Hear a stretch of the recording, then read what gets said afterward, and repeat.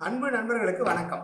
பழமொழி 400 பதிவேற்றம் 73வது நாள் பாடல் 71 சான்றோர் இயல்பு என்கிறதுலே வர 3வது பாடல் இந்த பாடல். இது அறிஞர்களுடைய பெருந்தன்மை எப்படி இருக்கும் என்று சொல்லக்கூடிய பாடல். இது மாடம் அழிந்த கால் மற்றும் எடுப்பதோர் கூடம் மரத்திற்கு துப்பு ஆகும். அகுதே போல் பீடு இலா கண்ணும் பெரியோர் பெருந்தகையர் ஈடு இல்லதற்கு இல்லை பாடு. ஒரு பெரிய மாடம், ஒரு கூடம் இருக்கிறது.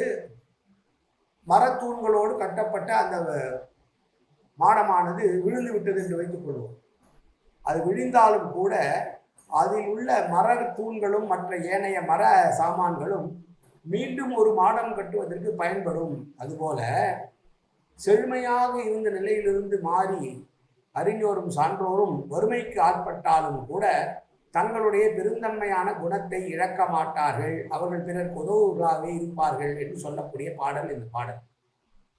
எப்படி ஒரு மாடம் சரிந்தாலும் அதில் உள்ள தூண்களும் மற்ற மரங்கள் அதில் உள்ள மரங்களும் மற்ற பொருள்களும் மற்றொரு கூடம் கட்டுவதற்கு உதவுகிறதோ, அதுபோல சான்றோர்கள் அறிஞர்கள் தாங்கள் வறுமை வயப்பட்டாலும் தங்களுடைய தன்மையிலிருந்து மாற மாட்டார்கள் என்று சொன்ன பாடலை பார்த்தோம். மீண்டும் ஒரு பாடலை பார்ப்போம். மாடம் அழிந்த கால் மற்றும் எடுப்பது ஓர் கூடம் மரத்திற்கு துப்பு ஆகும். அகுதே போல் பீடு இலா கண்ணும் பெரியோர் பெருந்தகையர் ஈடு இல்லதற்கு இல்லை பாடு. நன்றி, வணக்கம்.